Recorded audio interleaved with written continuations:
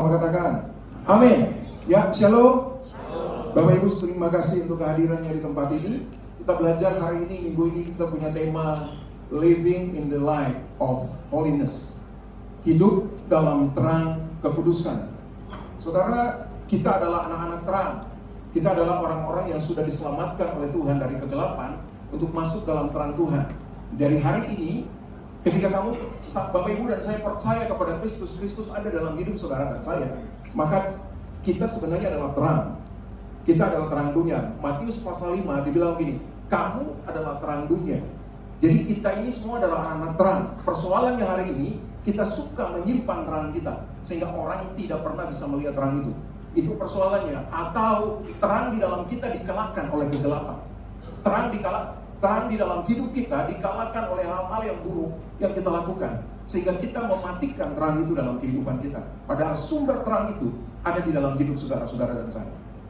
Haleluya. Bilang kiri kanan begini, kamu terang dunia.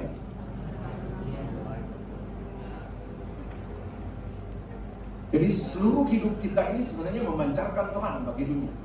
Cuma kadang-kadang kita sebagai anak-anak Tuhan, hari-hari ini persoalan kita cuma satu, kita tidak pernah bersinar. Kita tidak pernah mau bersinar untuk menerangi banyak orang di sekitar kita.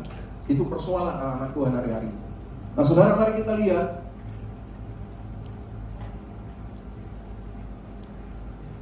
Hidup dalam terang kekudusan berarti menjauhkan diri dari dosa dan tidak hidup dalam gelapnya dunia. Kekudusan adalah kehidupan yang selaras dengan terang Allah.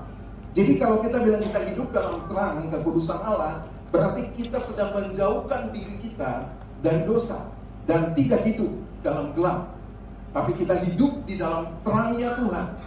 Allah bersinar di dalam kehidupan kita. Saudara tahu, di tempat ini ada gelap enggak? Menurut saudara, di tempat ini ada gelap enggak? Hah? Hah? Ada yang bilang ada yang bilang enggak. Yang betul yang mana? Enggak ada. Ada. Di tempat ini ada gelap. Cuma gelap itu dikalahkan oleh terang. Coba saudara matikan lampu ini, ada gelap nggak? Pasti gelap. Cuma kegelapan itu dikalahkan oleh terang di tempat ini. Nah saudara dan saya punya tanggung jawab untuk seperti itu. Kita harus menjadi terang bagi dunia. Kita harus mengalahkan kegelapan. Kenapa? Karena Yesus ada di dalam kehidupanmu. Dan dia bilang begini, kamu terang dunia. Kalau kita terang dunia, berarti kita harus bersinar untuk menerangi dunia. Dunia di mana? Dunia di mana tempat engkau tinggal. Dunia di keluargamu. Dunia tempat pelayananmu. Dunia tempat usaha, tempat bisnismu. Dunia di mana saja kamu berada, kamu harus bersinar. Amin, saudara? Iya, kita nggak boleh matikan terang itu. Alkitab bilang begini di dalam Matius pasal 5. Terang itu harus bersinar, ditaruh di atas gantang. Ya, jangan disimpan di bawah gantang, tapi dia harus ditaruh di atas kaki dia, supaya menerangi semua orang di dalam rumah itu. Kadang-kadang kita suka simpan terang kita di tempat yang menutupi terang itu, sehingga orang tidak bisa melihat terang itu. Atau tadi saya bilang, terang itu dikalahkan oleh kejahatan yang kita buat, oleh dosa yang kita buat. Itu persoalan kan bagi kita, anak-anak Tuhan hari-hari ini. Amin, saudara? Iya, padahal kita sudah dikuduskan oleh Tuhan. Kita sudah dibenarkan oleh Tuhan. Bahkan dia sudah rela tinggal di dalam kehidupan kita. Dia sudah menjadi Tuhan di dalam hidup kita. Dan kalau Tuhan, Yesus sudah ada dalam hidup kita, pasti saudara dan saya akan bersinar. Asal jangan sampai kita dikalahkan tadi oleh hal-hal dunia, oleh hal-hal yang jahat. Nah, hidup dalam terang kekudusan juga adalah panggilan semua warga kerajaan Allah. Dunia ini gelap, tetapi kita adalah terang di dalam Tuhan. Kita adalah terang dalam Tuhan. Saudara tinggal di tempat yang gelap. Saudara tinggal di dunia yang gelap. Dunia yang butuh terang, butuh Tuhan, butuh pencerahan, butuh hal-hal benar yang saudara harus sampaikan bagi mereka. Lewat apa? Lewat kehidupan kita. Nah, kalau kita tidak bersinar, ini susah. Kita bisa jadi apa, saudara? Kita akan matikan semua terang yang ada dalam kehidupan kita. Bahkan kita mematikan Tuhan yang ada di dalam hidup kita. Kita nggak mau seperti itu, tapi kita mau bersinar. Seperti yang Tuhan bilang, kamu adalah terang dunia. Haleluya. Kota yang terletak di atas gunung itu tidak mungkin tersembunyi. Kenapa? Karena ada terang di situ, dia pasti bersinar. Kita jangan suka begini, waduh saya ini terang, saya ini nggak usah. Saudara bercahaya saja, saudara bersinar saja, pasti saudara punya tempat di atas. Ini ya, nggak perlu saudara ngangkat-ngangkat diri saudara untuk jadi, saya harus jadi ini. Enggak. Saudara cuma bersinar saja, melakukan pekerjaan baik, melakukan kebenaran, saudara pasti diangkat menjadi kepala. Saudara tidak pernah akan jadi ekor, nggak bisa. Iya kan, saudara bos di kantor, bos di usaha saudara. Coba lihat, kalau orang yang jujur bekerja, orang yang kerjanya keras banget, pasti saudara akan perhatikan dia, dan saudara akan angkat dia jadi kepala. Betul kan? Saudara akan angkat dia jadi kepala. Saudara tidak akan bilang, kamu nggak usah kerja di sini lagi karena kamu terlalu jujur. Nggak bisa. Siapa di sini yang kayak begitu? Nggak ada kan orang yang seperti itu. Tapi kita mau orang-orang yang jujur, orang-orang yang hidup benar. Nah, orang percaya punya kekuatan seperti itu yang Tuhan berikan bagi kita. Harusnya kita menjadi orang-orang yang dapat dipercaya. Harusnya kita menjadi orang-orang yang bernilai di dalam Tuhan. Tapi kadang-kadang nilai kita hilang. Kenapa? Karena respon kita terhadap kebenaran, terhadap terang itu salah. Itu yang jadi masalah. Respon kita terhadap terang itu jadi masalah, nggak benar. Jadi respon kita itu harus benar kepada terang itu, sehingga kita bisa bersinar, sehingga kita bisa bercahaya untuk menerangi banyak orang di sekitar kita. Haleluya. Nah, ini yang harus kita lihat. Lihat dulu Efesus pasal 5 ayat 8, dia bilang begini, memang dahulu kamu adalah kegelapan, tetapi sekarang kamu adalah terang dalam Tuhan. Sebab itu hiduplah sebagai anak-anak terang. Jadi memang dulu kita ini adalah orang-orang yang gelap, orang-orang yang hidup dalam kegelapan. Bukan yang berkulit gelap ya, jangan begitu, nggak boleh ya. Bukan orang-orang yang berkulit gelap, bukan. Tapi orang-orang yang hidup di dalam kegelapan. Dulu kita berdosa. Haleluya. Dulu kita berdosa, tapi ketika kita mengenal Kristus, Yesus datang untuk menyelamatkan hidup kita. Kita ditebus oleh Dia. Dan sekarang kita sudah tidak tinggal lagi dalam kegelapan, tapi kita hidup di dalam terang Tuhan. Amin. Saudara lihat, saudara dan saya tidak akan mampu mengalahkan kegelapan. Yang setuju katakan amin. Saudara dan saya tidak akan mampu mengalahkan kegelapan. Tapi Yesus datang untuk mengalahkan kegelapan itu bagi kita. Betul enggak? Yes. Betul kan? Kita enggak mampu. Loh ya. Dagingmu mampu enggak? Kekuatanmu mampu untuk mengalahkan itu? Enggak. Bahkan dagingmu akan kompromi dengan jahat. Ya. Kita pasti akan kompromi dengan jahat tanpa Tuhan. Tapi ketika Yesus datang, Dia mengalahkan kegelapan itu. Dia mengalahkan kejahatan itu. Dia mengalahkan dosa itu. Lalu Dia tebus kita dari dosa itu. Sehingga hari ini Dia tidak di luar kita, tapi Dia ada di dalam kita. Berarti sebenarnya kita sudah dibenarkan dari kegelapan. Dan kita sudah harusnya tinggal dalam terang. Kan Dia bilang di Matius pasal 5, kamu adalah terang dunia. Harusnya kamu bersinar. Jangan nyimpan terang itu di bawah bantal. Jangan nyimpan terang itu di bawah tempat tidur. Jangan nyimpan terang itu di mana-mana. Nggak boleh. Tapi kamu harus pajang terang itu supaya orang melihat perbuatan Tuhan yang ajaib dalam kehidupan dan mereka memuliakan Tuhan. Haleluya. Amin. Itu. Jadi kamu dulu kegelapan, sekarang kamu terang. Makanya dia bilang ini, hiduplah sebagai anak-anak terang. Bukan hidup sebagai anak-anak yang gelap.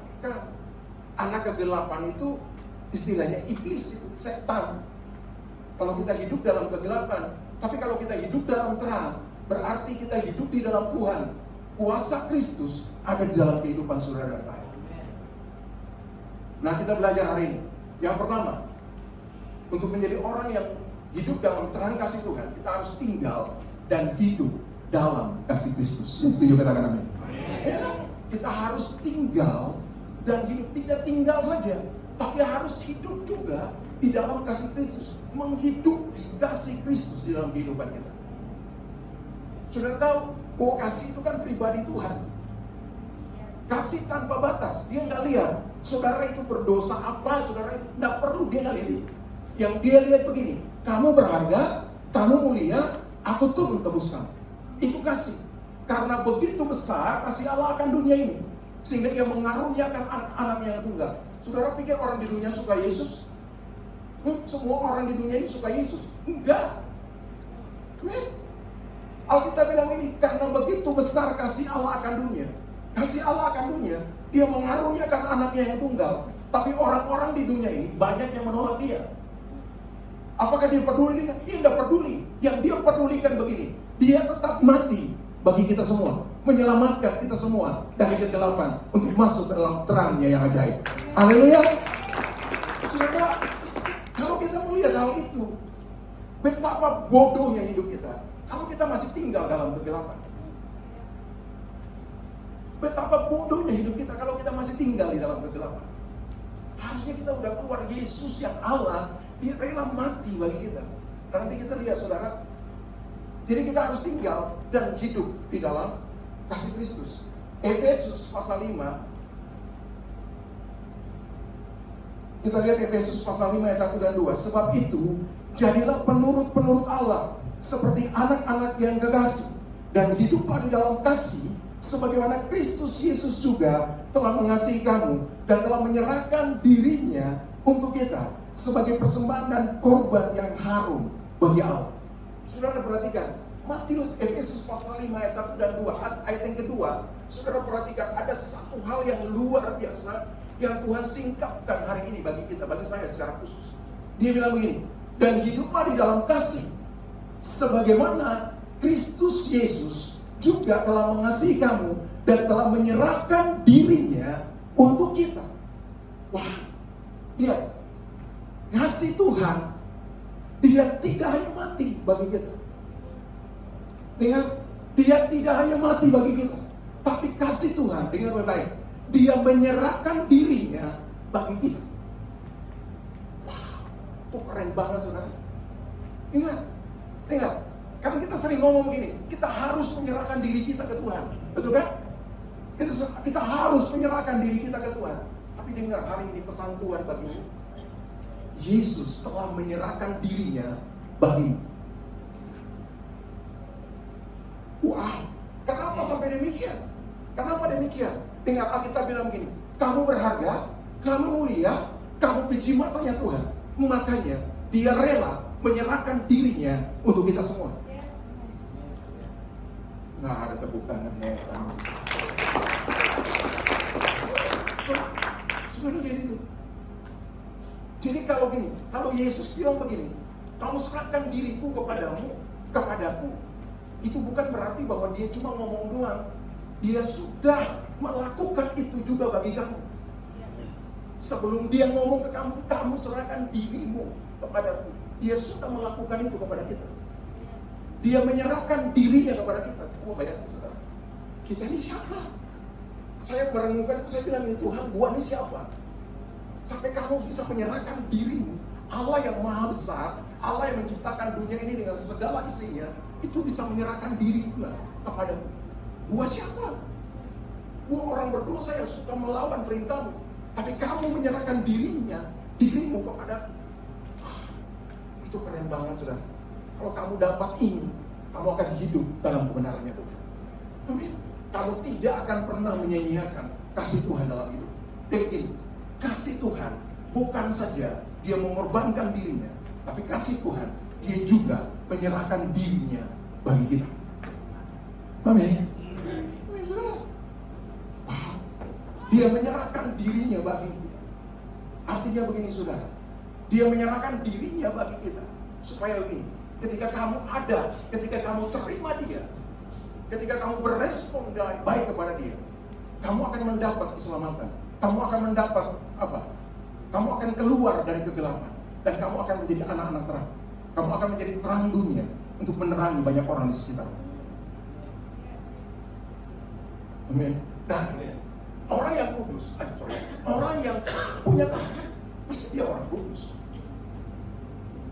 Amin. Ya dong. Kalau orang yang kudus, orang yang punya terang, pasti dia orang benar, dia orang kudus. Dia akan bersinar. Kita tahu begini, bahwa Setiap kita, nggak ada yang kudus, benar kan? Nggak ada yang layak, nggak ada yang benar. Kita adalah orang-orang yang sudah dikuduskan, kita orang-orang yang sudah dibenarkan, kita orang-orang yang sudah dilayakkan oleh kasih Kristus, oleh kuasa Kristus. Jadi kalau kamu bilang begini, saya nggak layak untuk hadir di sini, kamu bodoh. Kamu salah menanggapi kebenaran firman. Sebab apa? Sebab kamu sudah dilayakkan, kamu sudah dibenarkan, kamu sudah dikuduskan oleh Tuhan. Artinya gini, ketika kamu bersinar, itu berarti kamu gini. Kamu membawa Tuhan di dalam hidupmu dan menunjukkan itu bagi orang lain. Lihat, kamu bawa Tuhan dalam hidupmu dan kamu menunjukkan itu bagi orang lain. Kehadiran Tuhan, ingat, kehadiran Tuhan dalam hidupmu itu bisa menghancurkan segala kuasa kegelapan, bisa menghancurkan segala pikiran-pikiran jahat, segala pikiran-pikiran jorok, segala pikiran-pikiran yang melenceng dari kebenaran firman Tuhan. Kehadiran Tuhan dalam hidupmu bisa membasuh engkau bersih. Yang penting gini, engkau berespon benar terhadap apa yang Dia mau dalam hidup. Maka engkau akan mengalami kekudusan demi kekudusan di dalam kehidupan kita. Maka terang itu tidak pernah akan mati dari hidup, tapi terang itu akan bersinar terus, bersinar lebih besar lagi, sehingga bisa menerangi banyak orang di sekitar saudara. Haleluya, amin saudara. Nah, mari kita lihat itu dalam kehidupan kita. Dibilang ini, hiduplah di dalam kasih sebagaimana Kristus Yesus juga telah mengasihi kamu dan telah menyerahkan dirinya untuk kamu sebagai persembahan dan korban yang harum bagi Allah. Saudara lihat, Dia menyerahkan diri bagi kita, Dia mengorbankan diri sebagai kita. Dengar ya? Jadi Dia menyerahkan dirinya bagi kita, Dia mengorbankan dirinya sebagai kita. Untuk apa? Untuk keharuman bagi Allah. Kalau kamu dan saya tidak bisa berbau harum di hadapan Allah tanpa Yesus. Jadi Dia berkorban sebagai kita, bukan sebagai Dia, tapi Dia berkorban sebagai kita. Supaya apa? Kita dibenarkan oleh Allah. Wah, itu keren banget. Yesus buat seperti itu supaya kamu dan saya, Bapak Ibu dan saya, bisa dibebaskan dari dosa, hidup dalam kemenangan, hidup tidak dalam kegelapan, tapi dalam terangnya yang ajaib. Nah, mari saudara pikirkan itu dalam hidupmu. Karena kamu tidak bisa mengorbankan diri tanpa Yesus. Haleluya. Ya, kamu tidak akan bersinar tanpa Yesus. Kamu tidak akan bisa diselamatkan tanpa Yesus. Makanya Dia menyerahkan dirinya kepadamu. Dia berkorban, ya, berkorban untuk kamu, berkorban seperti engkau, berkorban untuk menyelamatkan kita. Supaya apa? Supaya namamu ditulis di dalam kerajaan Allah dan Bapa dimuliakan melalui pengorbanan itu. Ya, tanpa Yesus nggak bisa lah. Tapi semua karena kehadiran Kristus dalam kehidupan kita, baru kita bisa. Inti dari tinggal dan hidup dalam kasih Kristus itu adalah tinggal dalam Kristus. Ini bukan sekedar konsep teologis, tetapi sebuah pilihan untuk menjadikan kasih Kristus sebagai dasar hidup kita. Ini bukan hanya konsep loh, bukan konsep untuk kita tinggal dalam Kristus. Itu sebuah konsep belaka, enggak. Tapi sebuah tindakan nyata yang harus kita lakukan. Itu keputusan dari kita untuk mau tinggal di dalam Kristus atau enggak. Yesus nggak pernah maksa saudara dan saya untuk tinggal dalam Dia. Yang setuju katakan amin. Dia tidak pernah memaksa kita untuk tinggal dalam Dia. Yang Dia mau gini, kita tinggal dalam Dia. Ya. Jadi kita yang harus ambil keputusan untuk tinggal di dalam Dia atau enggak. Tapi Dia tidak pernah memaksakanmu untuk tinggal di dalam Dia. Karena kamu sudah diberikan kesempatan, sudah diberikan free will, kehendak bebas untuk memilih. Karena kita apa? Segambar dan serupa dengan Allah, bukan robot. Haleluya. Jadi, kamu mau tinggal dalam Tuhan, ambil keputusan hari ini. Tuhan, aku mau tinggal dalam Engkau. Aku menjadi terang bagi dunia ini. Supaya kehidupanku ini bermakna. Kehidupanku ini menjadi berkat bagi banyak orang. Kehidupanku tidak menjadi batu sandungan bagi banyak orang. tapi kehidupanku menjadi berkat bagi banyak orang. Makanya tinggal dalam kasih Kristus itu adalah sebuah keputusan yang harus kita ambil. Bukan hanya sebuah konsep, bukan hanya semua program yang kita buat, enggak. Tapi satu tindakan yang betul-betul harus kita lakukan. Keputusan dan tindakan yang harus kita buat. Sehingga kita bilang, ini Tuhan benar. Aku menyerahkan hidupku kepadamu, tinggal di dalam aku. Dan aku di dalam kamu. Supaya aku bersinar, menerangi dunia di sekitar. Amin. Nah, ketaatan kepada firman. Nah, kita kan sering dengar gini, firman itu bisa mengubahkan apa saja. Bahkan bukan mengubahkan, firman itu bisa menjadikan yang tidak ada menjadi ada. Ya, firman Tuhan itu bisa menjadikan yang tidak ada menjadi ada. Jadi kalau gini, kalau kita mau hidup, tinggal dan hidup di dalam Kristus menjadi terang, maka kita harus taat kepada firman Tuhan. Firman itu bisa memerdekakan seluruh kehidupan kita. Ketika saudara baca firman, respon yang benar terhadap firman itu membuat keputusan untuk bertindak sesuai dengan firman itu, maka kehidupan saudara dan saya akan berubah. Amin. Ketika kehidupan saudara dan saya berubah seperti yang Kristus inginkan, kita bersinar, kita bersahaya untuk menerangi banyak orang di sekitar kita. Haleluya. Firman itu memerdekakan. Memerdekakan dari apa? Memerdekakan dari dosa. Memerdekakan dari apa? Memerdekakan dari hal-hal yang jahat. Memerdekakan dari apa? Kepahitan. Memerdekakan dari apa? Apa lagi? Memerdekakan dari percabulan. Memerdekakan dari apa? Dari kata-kata kotor. Memerdekakan dari kekerasan hati kita. Firman bisa mengubah kita. Yang penting kita berespon benar dengan firman itu. Haleluya. Amin. Firman itu bisa menguatkan itu, saudara. Saya pernah mengalami satu trauma yang luar biasa ketika istri saya dipanggil pulang oleh Bapak. Hampir 4 atau 5 bulan. Saya tuh kayak linglung gitu, saudara. Pikirannya kemana-mana. Bahkan saya masuk rumah sakit 2 hari.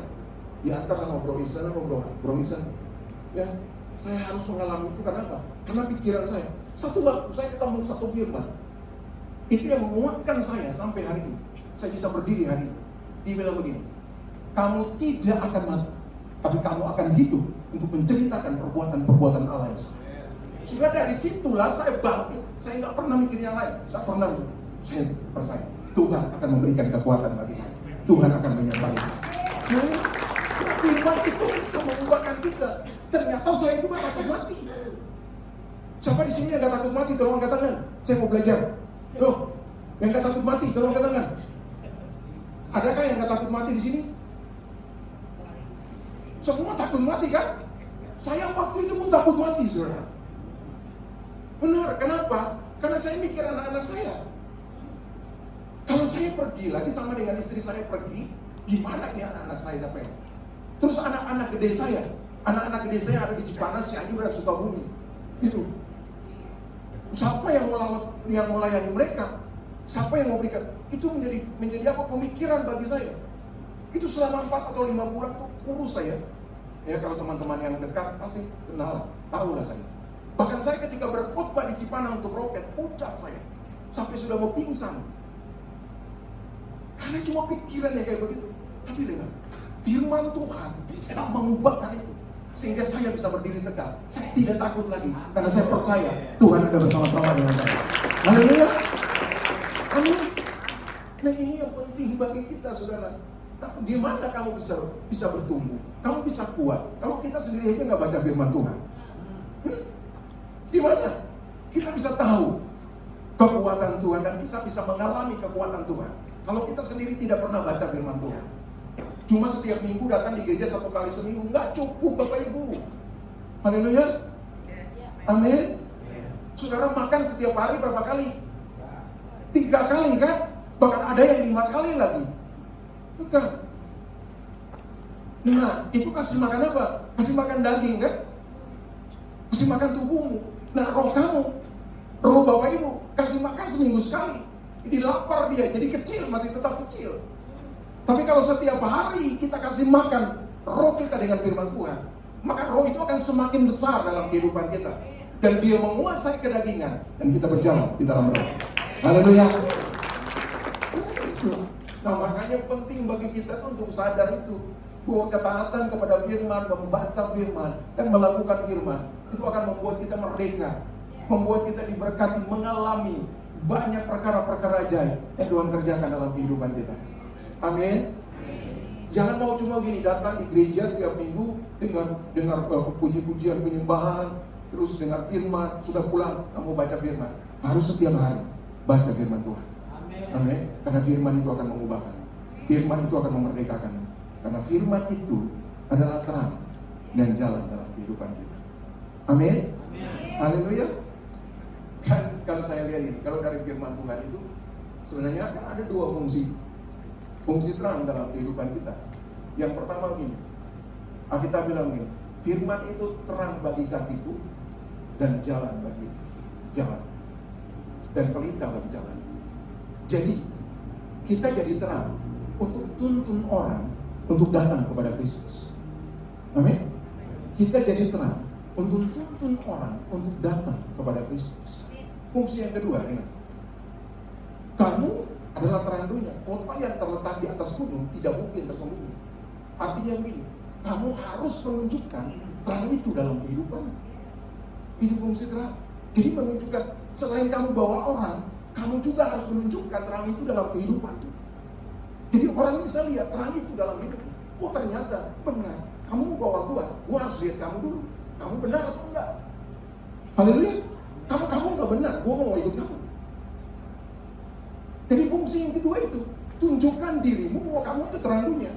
Kota yang terletak di atas gunung tidak mungkin tersembunyi. Pasti akan dilihat orang. Tunjukkan cahayamu, supaya orang lihat bahwa kamu adalah terang dunia. Amin. Ya, itu yang harus kamu bangun. Ya, kalau enggak bisa. Terus yang berikutnya, kasih sebagai buah roh, terus mengasihi sesama dan menjadi saluran kasih bagi orang lain. Jadi kita bicara tentang tinggal dan hidup dalam kasih Kristus. Ya, kasih itu adalah sebagai buah roh. Jadi bukan buah-buah ya, tapi buah, hanya satu buah. Ya, buah roh yang adanya sukacita, ada damai sejahtera, ada pengendalian diri di situ, ada kemelambutan, ada kesetiaan, dan ada penguasaan diri gitu. Semuanya harus ada dalam kehidupan kita. Itu kasih. Itu artinya kita tinggal. Ketika kita tinggal, kita punya itu harus ada. Ya, buah roh itu harus ada dalam kehidupan kita. Nah, ketika buah roh itu ada dalam hidup kita, maka kita bisa mengasihi sesama. Ya, kita bisa mengasihi sesama kita, dan kita bisa menjadi saluran kasih bagi orang lain. Bagaimana dampak kita kepada orang lain? Bagaimana kita bisa menyalurkan kasih itu kepada orang lain kalau kita nggak ada terang di dalam hidup kita? Kalau kita nggak ada Kristus dalam hidup kita? Bukan kita nggak ada Kristus, tapi kita tidak membuat Kristus itu cahayanya bersinar dalam kehidupan kita, mengaktifkan kasih Kristus dalam kehidupan kita. Gimana? Nggak bisa. Saudara dan saya harus mengaktifkan kasih itu, terang itu dalam hidupmu, karena terang itu tetap tinggal dalam kehidupan. Dia tidak pernah pergi dari hidup. Dia ada di situ, kecuali kau menyangkal dia pergi dari hidup. Tapi selama engkau masih mengaku Yesus Kristus adalah Tuhan, dia tetap ada di dalam kehidupan kita. Amin. Ya. Dengan terus tinggal dan hidup dalam kasih-Nya, kita semakin bersinar, memancarkan terang kasih Kristus untuk menerangi dunia. Yang kedua, tinggalkan kegelapan dan pilih komunitas yang benar. Yang kedua gini, kamu harus tinggalkan kegelapan dan pilihlah komunitas yang benar. Firman Tuhan bilang begini dalam Efesus pasal 5 ayat 3-7, dia lagi. Tetapi percabulan dan rupa-rupa kecemaran atau keserakahan disebut saja pun jangan di antara kamu, sebagaimana sepatutnya bagi orang-orang kudus. Demikian juga perkataan yang kotor, yang kosong atau yang sembrono, karena hal-hal ini tidak pantas. Tetapi sebaliknya, ucapkanlah syukur, karena ingatlah ini baik-baik, tidak ada orang sundal, orang cemar, atau orang serakah, artinya penyembah berhala, ya, yang mendapat bagian dalam kerajaan Kristus dan Allah. Janganlah kamu disesatkan orang dengan kata-kata hampa, karena hal-hal yang demikian mendatangkan murka Allah atas orang-orang durhaka.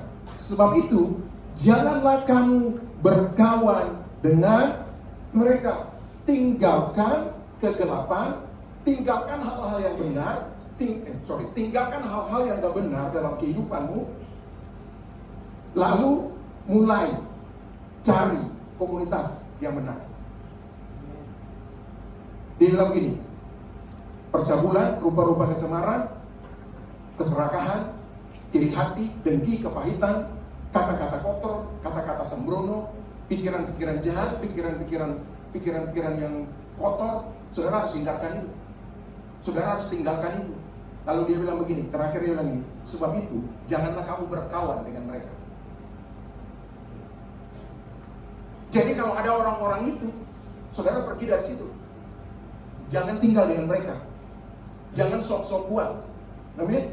Saudara bisa terbawa ke situ. Haleluya. Kita suka begitu kan? Orang-orang Kristen kayak gitu.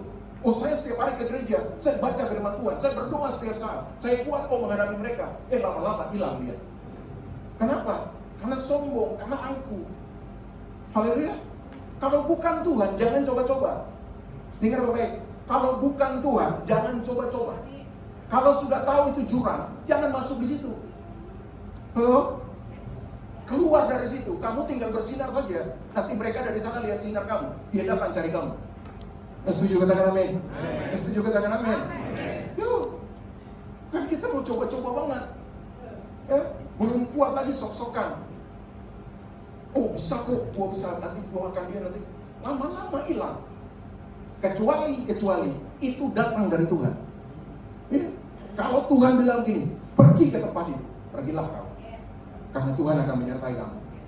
Tapi kalau kamu pakai keegoisan, kesombonganmu, keangkuhanmu, bahwa kamu mampu, kamu bisa, lama-lama kamu yang terhilang. Lama-lama kamu yang akan masuk dalam kegelapan itu. Nggak bakalan keluar lagi, susah untuk keluar. Makanya cari komunitas yang benar. Jadi berkah dalam komunitas yang benar. Berdoa bagi orang-orang yang dalam kegelapan itu. Berdoa bagi orang-orang yang kamu tinggalkan. Supaya mereka melihat terangmu, bercahaya, mereka datang mencari kamu. Yang setuju katakan amin.